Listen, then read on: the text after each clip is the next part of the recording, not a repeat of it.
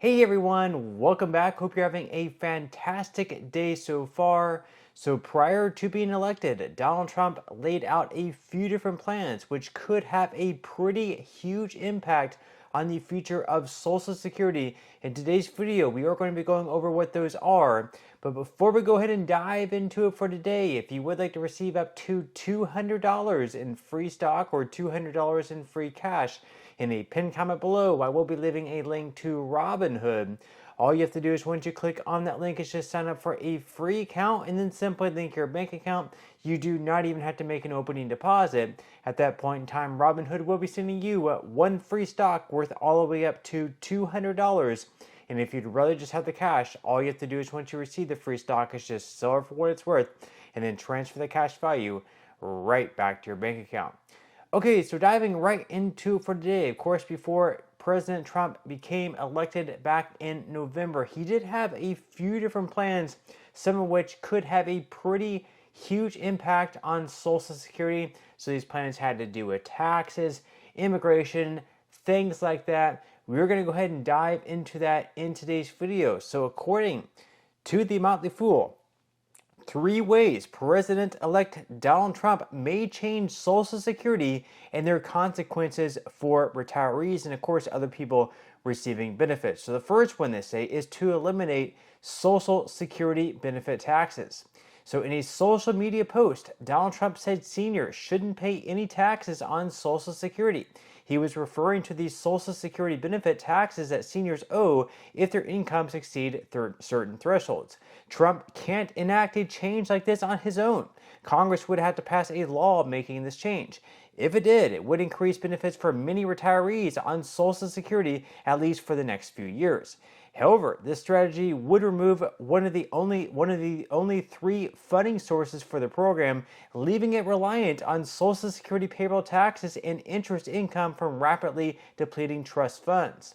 The latest projection shows that the trust funds will likely be depleted in 2035. If the government can't increase the program's funding, it would have to slash benefits by 23% in about a decade. Getting rid of benefit taxes would accelerate the trust fund depletion, which could put seniors at risk of sooner and more significant benefit cuts. So that's one of the changes that Donald Trump has already laid out, is that he wants to cut taxes entirely for people receiving Social Security benefits, which quite frankly makes sense. I mean, during your working years, you would have paid taxes on your wages. That money went into the trust fund for you to theoretically have later once the younger generation starts paying taxes. So the fact that you're paying taxes on your wages just to get Social Security benefits, and then whenever you go to claim Social Security benefits and you start receiving those benefits, for you to get taxed on those once again, that is double taxation. Really doesn't make sense, and this isn't something that actually went into law, taxation on Social Security benefits, until the 1980s, so not really fair. And just recently, of course, they passed the Social Security Fairness Act, and if they wanted to be entirely fair to Social Security beneficiaries, you would not be taxed on those benefits. So eliminating the taxation on Social Security benefits should have also been included in that bill as well. And whenever they started out taxing Social Security benefits, only right around 4% of people were actually taxed.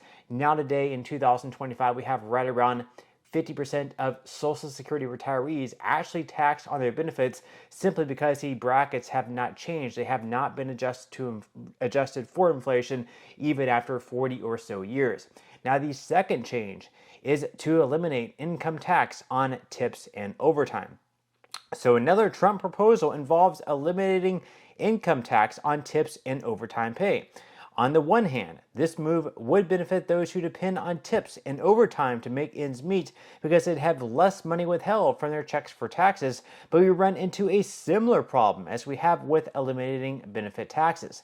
If the government didn't tax his income, that would decrease the Social Security payroll tax income that serves as the program's primary source of funding. This too could accelerate the trust fund depletion date. This move could also reduce the retirement benefits these workers are entitled to later. The Social Security Administration only counts income you paid Social Security taxes on when calculating your benefit. If the IRS stops taxing tips and overtime, the Social Security Administration won't consider this information when determining the size of their checks. So like they mentioned there, on one hand, it would be very good for people who are like in the service industry, whether they be a server, a bartender, or anyone who relies on tips for a lot of their income, is they would no longer have to pay taxes on their tips. This was an idea that once again Trump had during his campaign, and then a week or so later, it was such a popular idea that even Kamala Harris went out there and campaigned on that as well. So this would be something I think would be bipartisan, given the fact that both Kamala Harris and Donald Trump were on board with this idea. But also on the flip side of things, if you're not taxed on tips, that means also less money going into the Social Security Trust Fund, which also means the depletion date could speed up even sooner, which means that benefit cuts across the board for people receiving benefits, and also those people who rely solely on tips, since they're going to be reporting less income and being taxed on less income whenever they finally go to start receiving Social Security benefits. They're also going to be receiving a lower benefit because it looks like they're paying in less, or they made less during their working years. Now, the third change is restricting immigration and imposing higher tariffs on imports. So Trump has also floated the idea of restricting immigration to the US and imposing higher tariffs on imports to encourage people to buy more American-made goods. There could be some benefit to American companies if this were to happen, but as with the other 2 points we've already discussed, there would be unintended consequences as well. Immigrants also pay into Social Security. If we restrict the number of immigrants paying into the program without a proportionate increase in the number of American workers paying in, we're reducing the Social Security payroll tax and thus funding to the program. Now, before we continue on with this point, I want to make sort of the counterpoint there. If we have legal immigration, sure, legal immigrants are getting jobs and they're actually paying taxes into the Social Security Trust Fund and taxes to the federal government. But whenever illegal immigration takes place, a lot of these people are getting jobs, at restaurants, construction, or other jobs like that where they're actually getting paid under the table. And these jobs, since they're just getting paid cash, they're not paying taxes into the federal government, nor are they paying taxes into the Social Security Trust Fund. So sure, if everyone that was coming here was actually becoming legalized and they were actually paying taxes, that would be helpful. But for a lot of folks coming here, obviously they aren't legal, so they don't have like a Social Security number. They're not being taxed, and they're just getting cash right under the table, which is not, once again, becoming taxed. Now, they go on to say that tariffs could also lead to higher costs, which could lead to higher inflation. This would also increase the cost of living adjustments on Social Security benefits, but many people feel the COLAs are inadequate, so some loss in buying power is still likely over time. Social Security's issues aren't easy for any president to solve, which is part of why we're hanging around.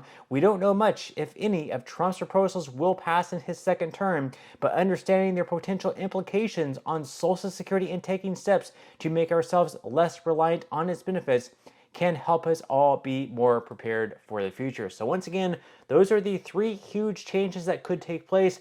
Now, as far as the chances of them actually passing, like cutting taxes for Social Security benefits and no longer having to pay taxes at the federal level on your Social Security benefits, as far as something like that actually happening, it would first have to pass through Congress.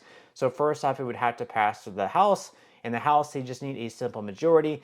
And in 2025, we're going to have 220 Republicans versus 215 Democrats. They would need at least 218 yes votes, which means that 2 Republicans could still vote no, and the bill would still pass. So I think it could pass the House, but in the Senate, it does get a lot more difficult. In the Senate, they would need at least 60 votes. In the Senate in 2025, we have 53 Republicans and 47 Democrats. This means that we would have to have all 53 Republicans vote in favor of the bill, and then 7 Democrats on top of the 53 Republicans to also vote in favor of the bill. Now, I think this could be a bipartisan idea, but I think Democrats would probably want something to offset this because, like I mentioned, if they were to eliminate taxes at the federal level on Social Security benefits, that would also speed up the depletion date of the Social Security Trust Fund. So I think Democrats would also want to raise taxes in there somewhere to sort of offset the elimination of taxes. But again, we will have to wait and see. But leave your thoughts and comments below. As always, which changes would you like to see happen? Which changes would you not like to see happen? Leave your thoughts and comments below. But that's all we have for today's video, and I will see you in the next one.